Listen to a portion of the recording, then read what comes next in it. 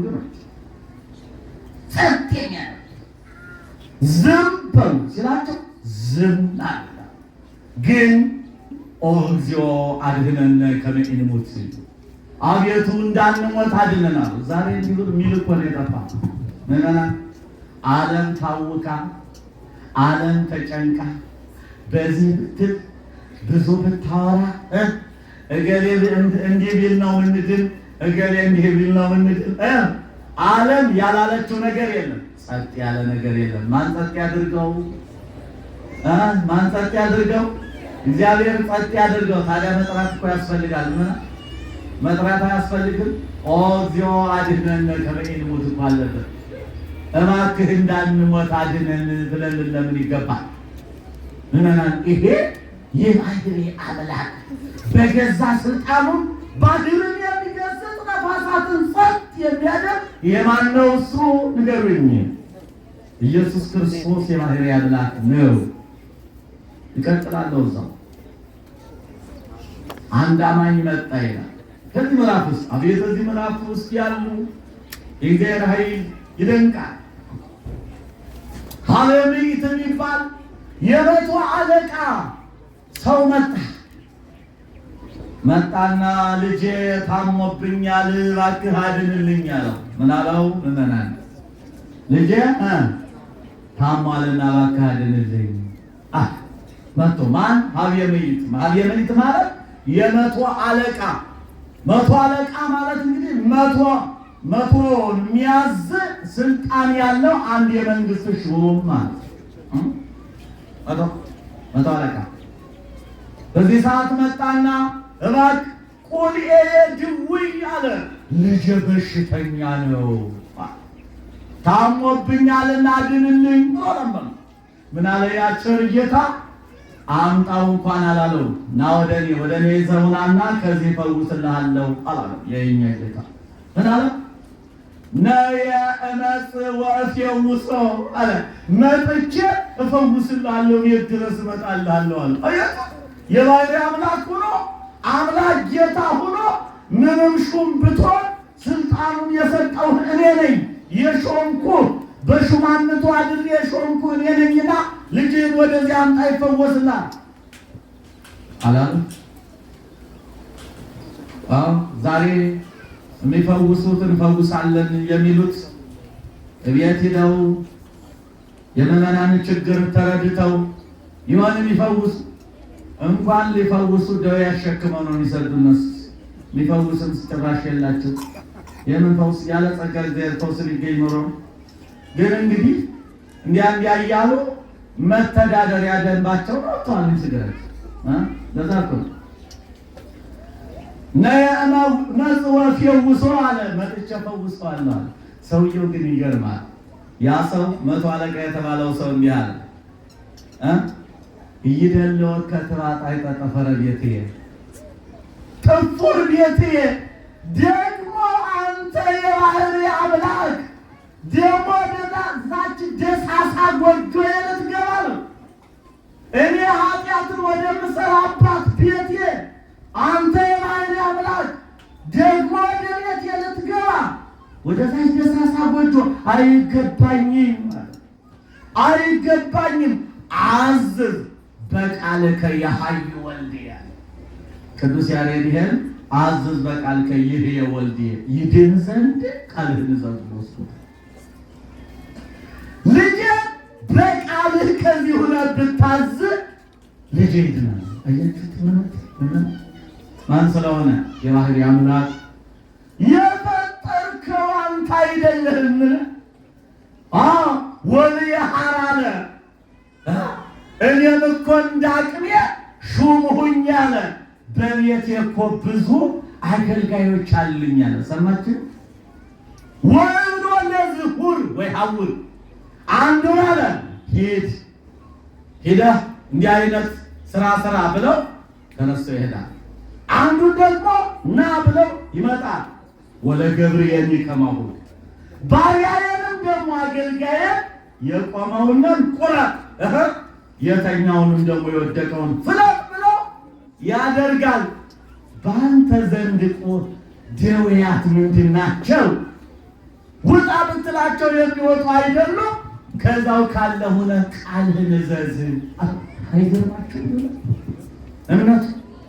በዚህ ሰዓት ሆር አለ ሂድ፣ እንደ ሃይማኖት ይደረግልህ ሂድ አለው ይላል። ወደ ቤቱ ቢሄድ ልጁ ብድግ ብሎ አገኙ። ክሩስ ገበይ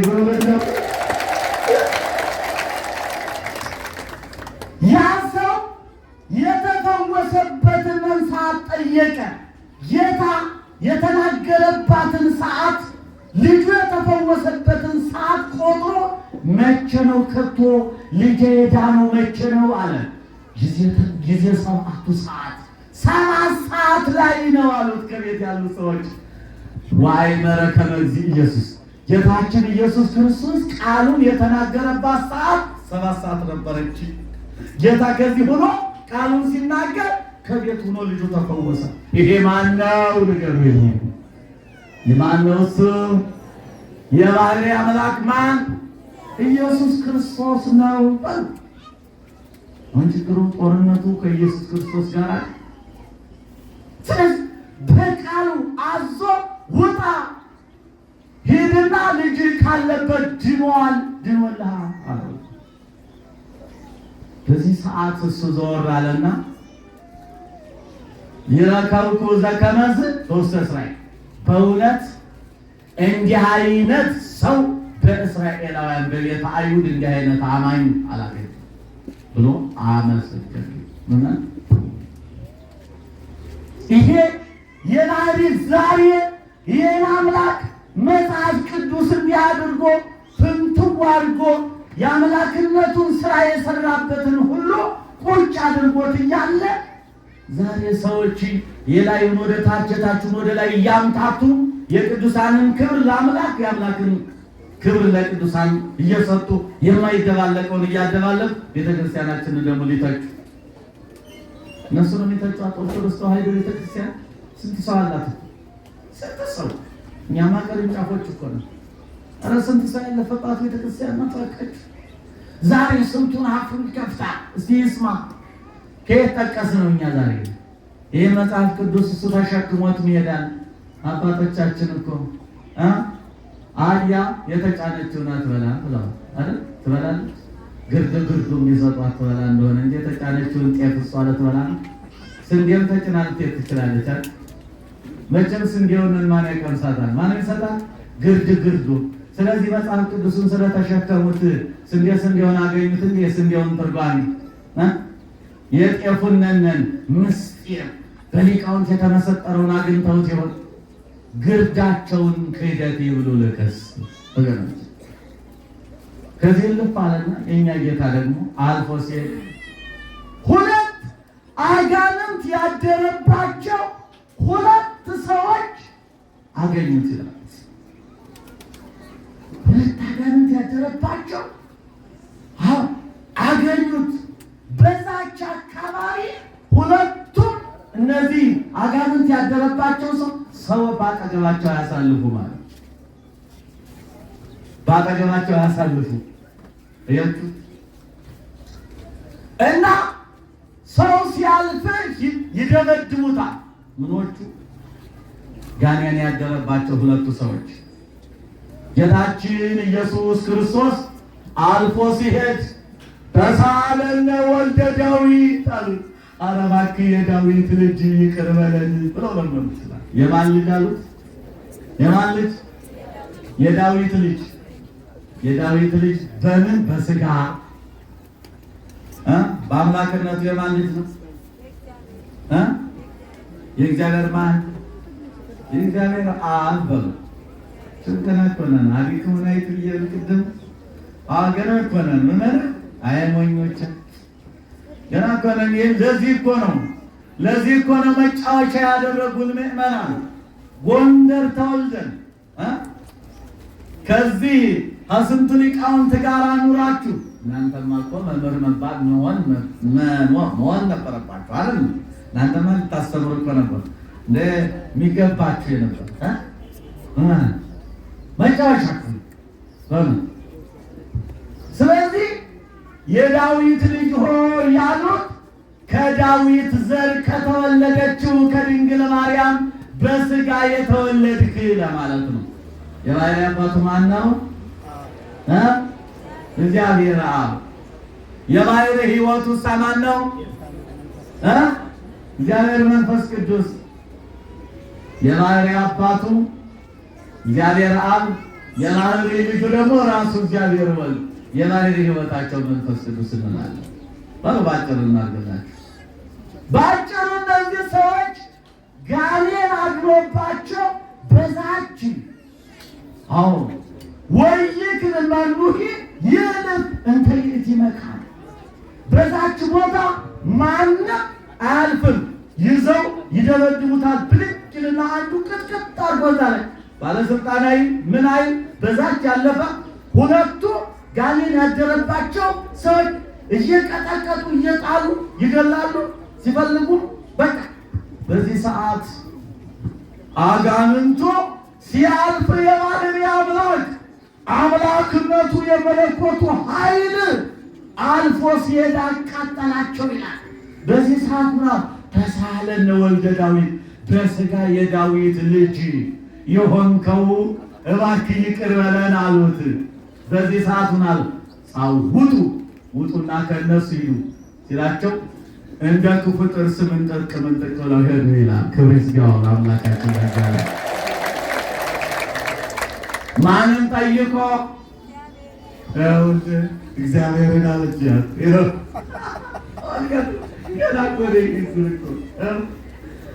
ማንን ጠየቀ? ኢየሱስ ክርስቶስ ያን ጊዜ አድንልኝ ብሎ የጠየቀው ነበረ? የለም። ይኸውላችሁ በራሱ ብቻ አሁን በራሱ የሚፈውስ የሚያድን ማን ነው አልኳችሁ? እሱ የባሕርይ አምላክ ኢየሱስ ክርስቶስ ነው። ስለዚህ አጋንንቱን ሲገስጻቸው ሌላ ደግሞ ከዛ ውስጥ እንዳሉ ደግሞ ሁለት ዕውራን ደግሞ መጡ። እንደሚገርምት ከሆነላተ ይህ ምዕራፍ ላይ ይገርመኛል። ማቴዎስ 8 ላይ ያለው ሁለት ዓይነ ስውሮች መጡና ደግሞ እባክህ አድነን ብለው ጮሁ። ምን ተፈቅዱ ገለክም ምን ላደርግላችሁ ትፈልጋላችሁ? ይላል ከመምህር ዓይናችን ዓይነ ስውር ይፈልጋል ብሎ አይን ነው የሚፈልግ ከመምህር ዓይናይ ዘንድ ነው የምንፈልግ ተአምሩኑ ከማይገብር ዘንድ ይህን እንዳደርግ። በጣም ጥያቄ በጣም ይገርም እኮ ነው። ይህን ማድረግ እንዲቻለኝ በአምላክነቴ እንድፈውስ ውጣዊ አጋንንትን እንዳባረር አምላክነቴን አምላክ መሆኔን ታውቃላችሁ? እወነ አምናለሁ። አሁን እናውቃለን። አንተ ሰው ነህ የመጣህ የአብ የባሕርይ ልጁ እንደሆንክ እናምናለን አሉ። እንደ እምነታችሁ ይደረግላችሁ አላቸው። ሁለት ዓይናቸው ቦንክ ብሎ በራ ይላል። ማንን ጠይቆ ነው? ምን አላት? በራሱ በመቆች ልጆች በራሱ። ይህ ነው እንግዲህ ዛሬ ሰዎች ኢየሱስ አማላጃችን እኮ ነው ነው ሎቱ ስራ አቤት ነገሩ እነሱ እና ምን ሊሉ ኑሮ ከእነሱ አፍስ ምን ሊወጣ ኑሮ ነው? እንደው ለመሆኑ እንደው ከመናፍቅ አንደበት ከዲያብሎስ አንደበት ጽርፈት ካልሆነ በስተቀር ከባለጌ ከሰካራም ምን ይወጣ ነው? እስቲ ከሰዓት በኋላ አንድ ሰካራም በዚህ በጎዳናው ሲሄድ ብታዩ ከእሱ አንደበት ምን ይወጣል? እየተሳደበ ከመሄድ በስተቀር ከእሱ ምንድን ነው የሚባል? የሆነውንም ያልሆነው ብልግናውን ምኑንም እየተናገረ ሲሄድ ተው ታሟል ተው ታሟል ብለህ ሄደ እና የታመሙ ሰዎች ስላበዱ ሰው ሲሰክር ሲታመም አይመድ እንዴ? እና ምን ሊናገር ነው? መልካሙን ነገርማ የሚናገሩ ከጉባኤ ዋለ መስክረን ያደላደሉ ሊቃውንት እኮ ናቸው የሚያፈልቁት። እና ምን ሊናገር ኑሮ ነው? መናፍቅ ሰካራም በክህደት በኃጢአት የሰከረ ምን ሊናገር ኑሯል? ስለዚህ ምዕመናን አትጠብቁ። ኢየሱስ አማላጃችን ነው። አንዳንድ ጊዜማ እኮ የጠላ ጓደኛ እስኪያደርጉት ድረስ እኮ ነው የሚወርዱ። በጣም እኮ ነው የሚገርም። ኢየሱስ ያገር ያለ በእውነት ጌታችን እግዚእነ ወአምላክነ ወመድኃኒነ ኢየሱስ ክርስቶስ ጌታችን አምላካችን መድኃኒታችን ኢየሱስ ክርስቶስ ተመልኮ ምንነገር አረጋግጣችሁ ሆኖ። ስለዚህ ወገኖች ምዕመናን እባካችሁ ተጠንቀቁ። ማንን ጠይቆ ፈወሰ? ማን? ራሱ። እግዚአብሔር ይስጥልን።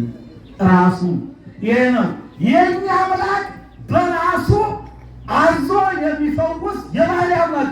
አሳያችኋለሁ የቅዱሳንን ዘዋል። መቼስ የቅዱሳንን ሳላሳያችሁ አለ